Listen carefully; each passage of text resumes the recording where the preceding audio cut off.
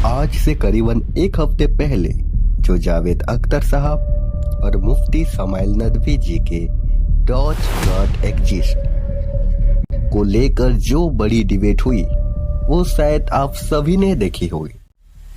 अब मैं उस डिबेट में किए गए सभी पॉइंट्स तो नहीं, बट उस डिबेट के कुछ ऐसे इम्पोर्टेंट पॉइंट जो शायद अच्छे से डिस्कस नहीं हुए और जो कि अच्छे से डिस्कस होने चाहिए थे, एक, और दूसरा कि एक आर्ग्यूमेंट के क्या काउंटर आर्ग्यूमेंट होने चाहिए थे जो डिबेटर्स मिस कर जाते हैं, उस पर हम वीडियो के थ्रू एक्सप्लेन करना चाहेंगे।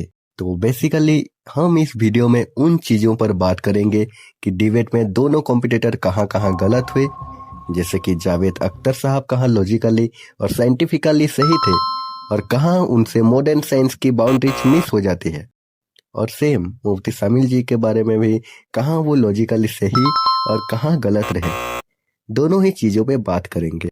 तो पहले हम डिस्कस कर लेते हैं मुफ्ती समाइल जी के आर्ग्यूमेंट्स के बारे में। तो डिबेट के पहले ही मुफ्ती समाइल ने बड़ी होशियारी के साथ 3 पर्दे ओढ़ लिए। पहला, हमारे रिस्पेक्टेड जनाब जावेद अख्तर साहब बड़ी तेजी के साथ उसकी तरफ लपकेंगे, वो है साइंस। जबकि साइंस दर हकीकत खुदा के एग्जिस्टेंस को डायरेक्टली साबित करने या उसके एग्जिस्टेंस को डिनाई करने के लिए स्टैंडर्ड नहीं बन सकती। वाई? क्योंकि साइंस का ताल्लुक एम्पेरिकल एविडेंस से है और एम्पेरिकल एविडेंसेस का ताल्लुक हमारे नेचुरल और फिजिकल वर्ल्ड से है, जबकि गॉड नॉन फिजिकल और सुपर नेचुरल रियलिटी है। लिहाजा नॉन फिजिकल रियलिटी को आप उस टूल के साथ नहीं चेक कर सकते जिसका काम फिजिकल रियलिटी को तलाश करना है।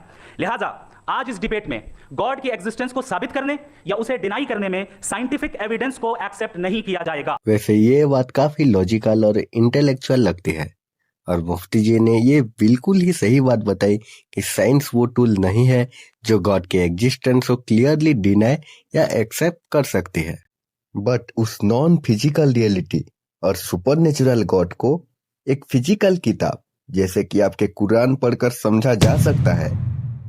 आपके और मेरे जैसे इंसान जैसे फिजिकल लोग उस नॉन फिजिकल रियलिटी को समझ सकते हैं, और एक फिजिकल बिल्डिंग जैसे मंदिर मस्जिद जो कि नेचुरल भी नहीं है, वहां पे जाके उस नॉन फिजिकल और सुपरनेचुरल या फिर मेटाफिजिकल रियलिटी को पाया जा सकता है। वाह! आप कहते हैं कि गॉड एक मेटाफिजिकल रियलिटी है, जिसका मतलब फिजिकल रियलिटी से उसका कोई इंटरसेक्शन नहीं, जिसका स्पेस टाइम मैटर से कोई लेना देना नहीं, तो ना ही किसी को उससे कोई प्रॉब्लम होगी।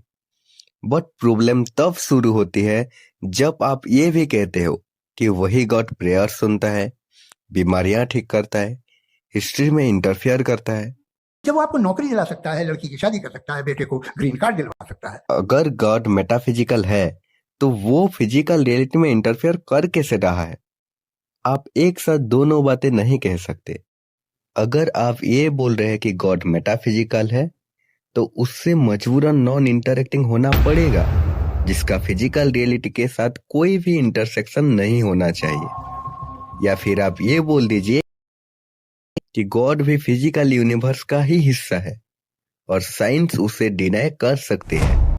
या फिर बस दूसरा ऑप्शन बचा है, आप ये एक्सेप्ट कर लीजिए कि गॉड या आपके जो खुदा है वो किसी भी प्रयास या कुछ भी नहीं सुन पाते, और सुन पाते भी है तो फिजिकल रियलिटी में किसी भी प्रकार के इंटरफेयर या डिस्टरबेंस नहीं कर पाते। और यहाँ पे मुफ्ती समाइल के पॉइंट अपने आप से ही कॉन्ट्राडिक्ट कर जाती है।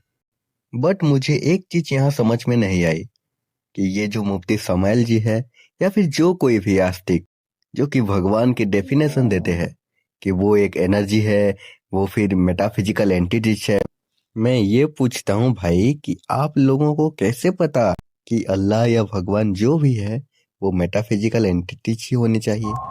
तो ये था डॉज गॉड एग्जिस्ट का पार्ट 1, और नेक्स्ट वीडियो में हम देखेंगे कि डिबेट के दौरान जावेद साहब जी कहाँ पे गलत रह गए और कहाँ जावेद जी के बातें मुफ्ती जी को बहुत अच्छे से काउंटर अटैक की थी।